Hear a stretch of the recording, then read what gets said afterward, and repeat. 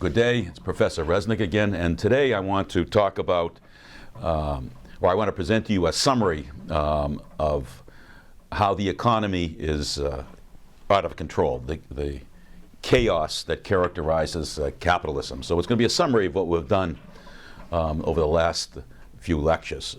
So let me put this on the board and then explain as I go along what we have here.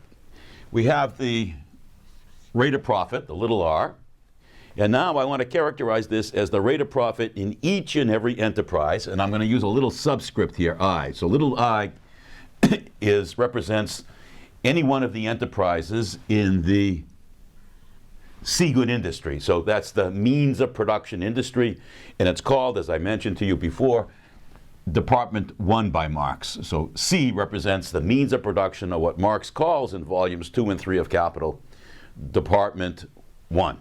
Two great departments, one being the means of production, Department 2 being means of subsistence, consumer goods.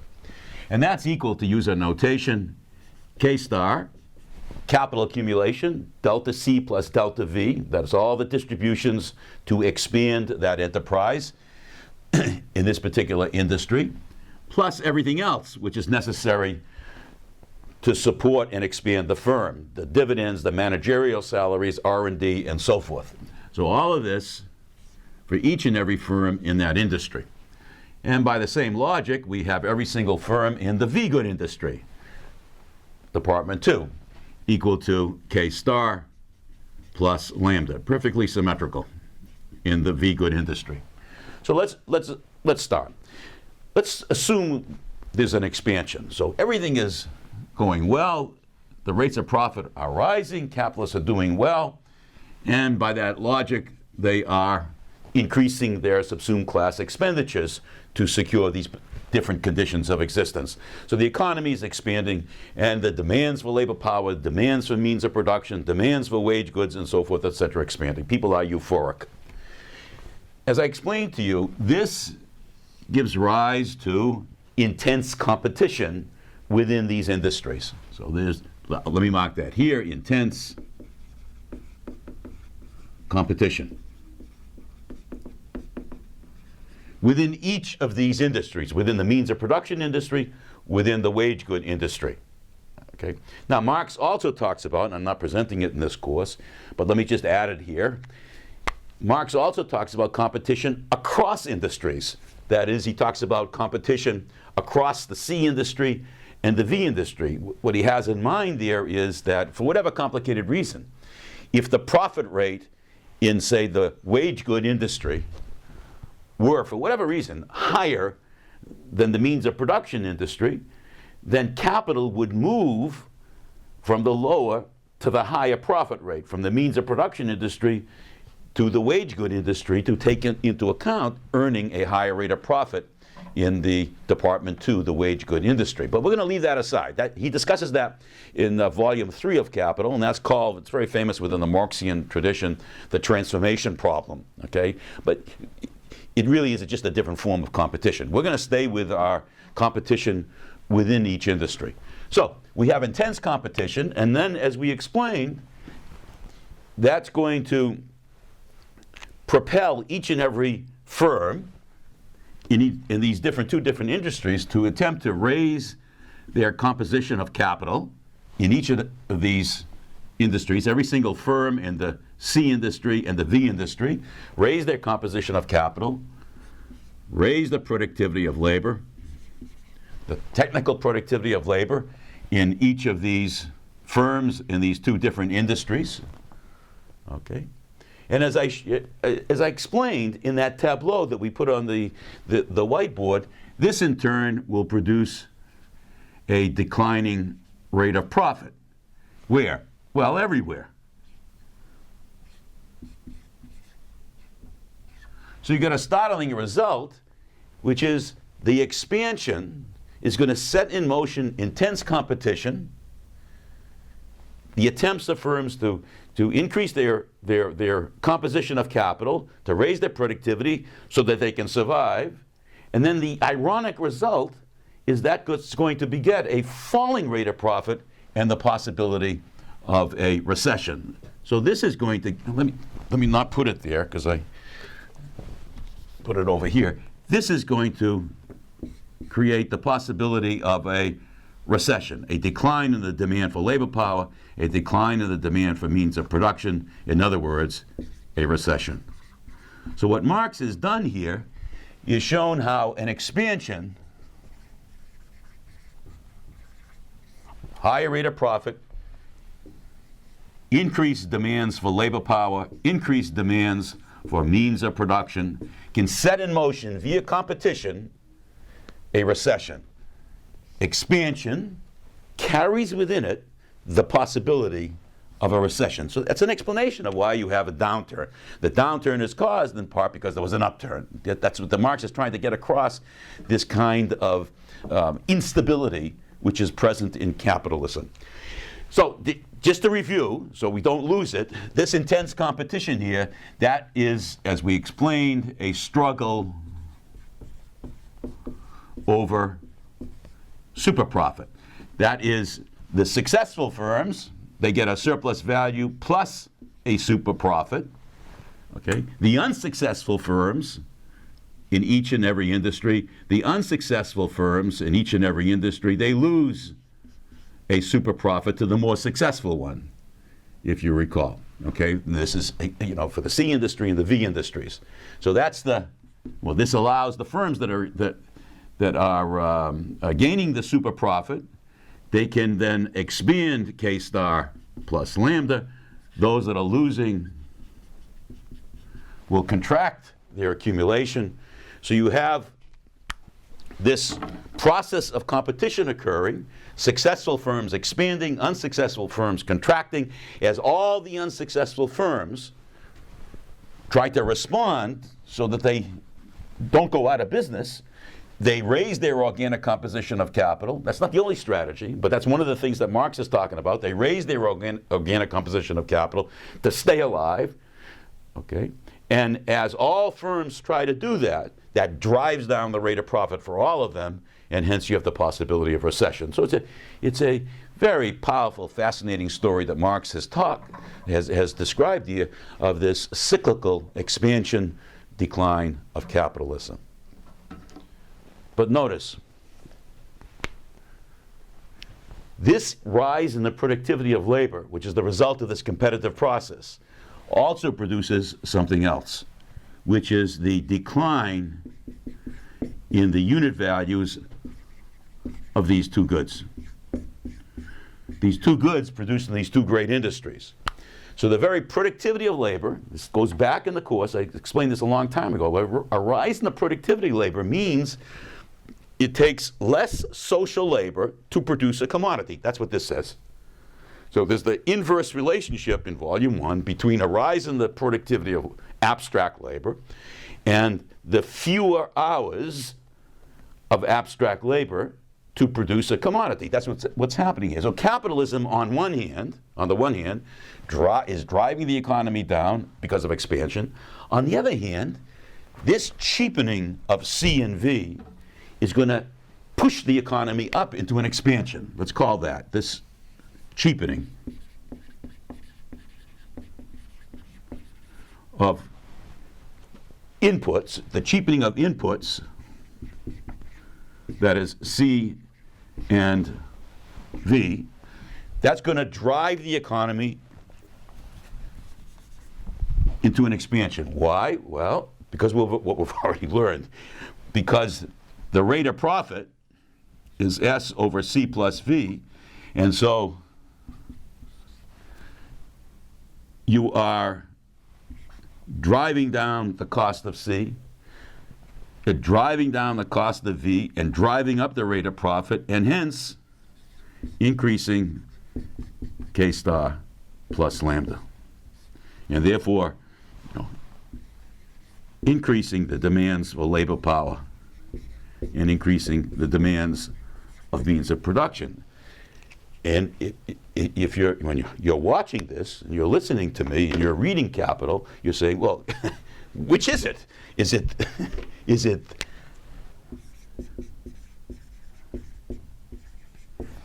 the recession, the expansion? The point is, it's both. It's not one or it's the other. What Marx is trying to get across is the chaos which is present in capitalism. You don't know. The system under which we live, in which we celebrate, called capitalism, suffers from this bipolar problem. It suffers from the depression, and it suffers from the euphoria, the expansion. They're present in the same body of the economy. Capitalism, in that sense, is not well. Okay, it suffers from this recession and expansion. It's both. So this is a summary what we have of this business cycle. And if I may just I'm going to erase this now, and if I may just put the whole thing together in one equation, if I may, just to capture this kind of chaotic behavior, we can say that the rate of profit for the whole economy, so that's the rate of profit for the economy, then is the combination of these two grand rates of profit. We have here the rate of profit in the C industry, and we have the rate of profit in the V industry. So this would be in the V industry, okay? However, the industries may not contribute the same to the whole economy.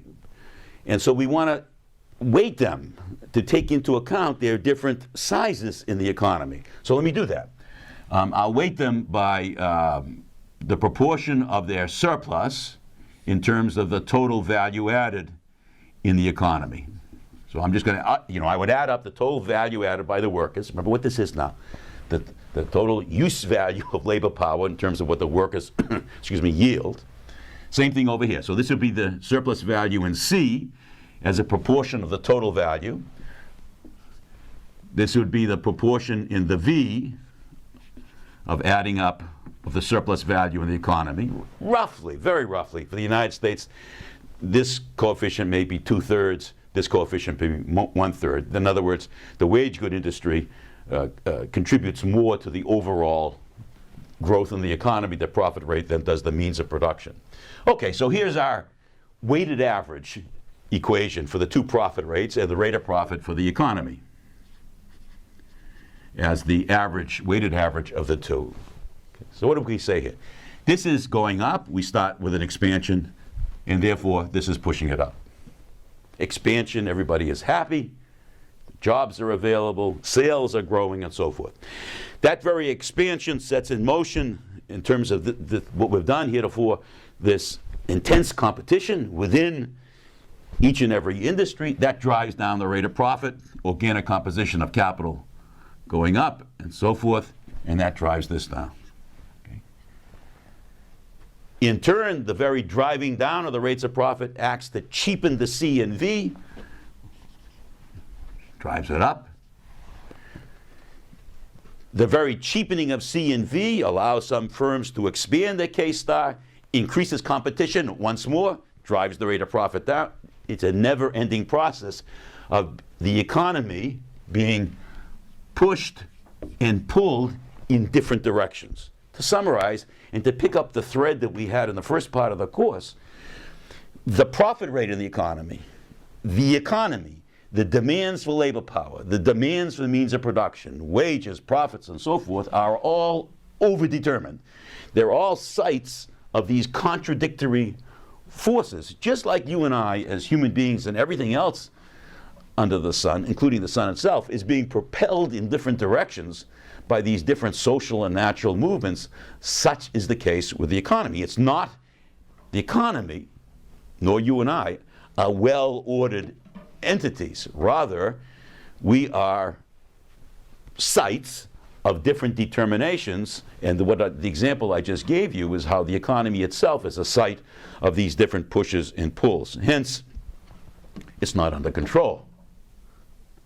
Engels captures this, the great friend of Marx and co-writer. He captures this by saying the economy is the capitalist economy is in chaos. It's the nature of capitalism. It continually drives the workers and, of course, everybody else into this frenzy of expansion and decline.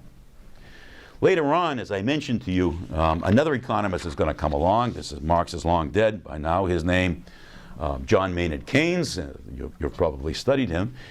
And he, too, is going to, for completely different reasons, seize upon this idea of we don't know what's going to happen in the economy because of this being pushed in different directions, this uncertainty that what Keynes calls this uncertainty in the economy, which haunts the lonely investor. What Keynes is going to do is recognize the uncertainty, and then he's going to connect that uncertainty to the business investor and show how the business investor can cut his or her investment at any moment, reacting to this uncertainty of the economy. Let me just do that for a moment, since it's no minor accomplishment by this great economist Keynes, a non-Marxist. Keynes had no great love for Marxism.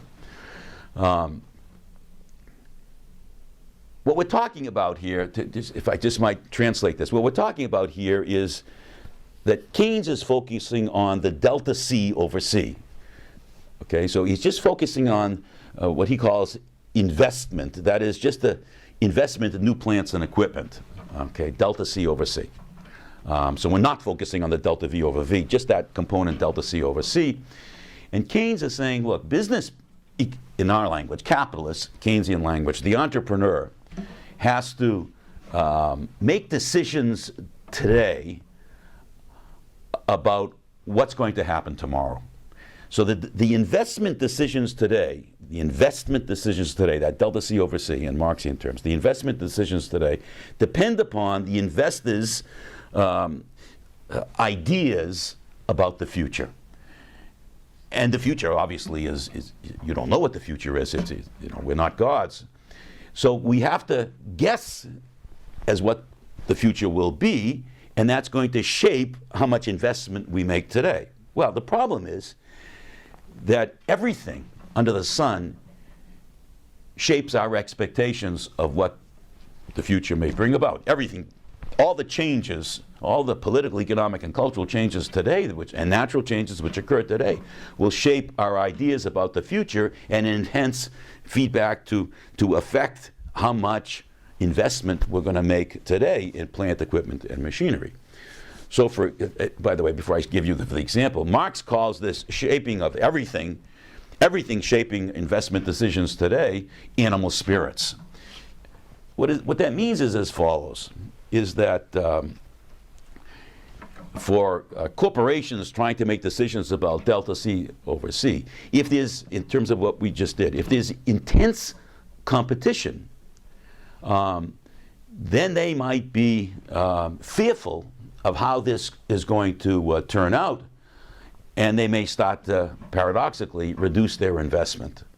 And they might reduce it if they're successful, because they're beginning to worry that that profit rate is falling. And hence, even the successful firms may start cutting back on their K-star, in our case, K-star plus lambda. When the profit rate is rising, those firms when the profit rate is rising for some firms because they're innovators, they're doing better, they're capturing super profits, they may become fearful of the future, and they may begin to, that is, fearful that the profit rate eventually is going to fall, and therefore they may begin to hedge their bets and not invest so much and hold more of their retained earnings in the form of money or stocks or bonds, whatever the case may be. And hence, they may begin to reduce their investment. But just extend this. If today the OPEC is successful in terms of raising the price of oil such that oil prices take off and there's a worry about inflationary conditions, then business may get scared, frightened because of that particular event, and even though it may not have a big impact upon their particular investments, they begin to cut back this delta C plus C. And then, so for a million different reasons, happenings today shape business decisions, And then Keynes linked that change in business decisions to the multiplier, which he got from somebody else, this guy Kahn, K-A-H-N, and he put it together that a change in investment today via the multiplier can cause a recession. Okay?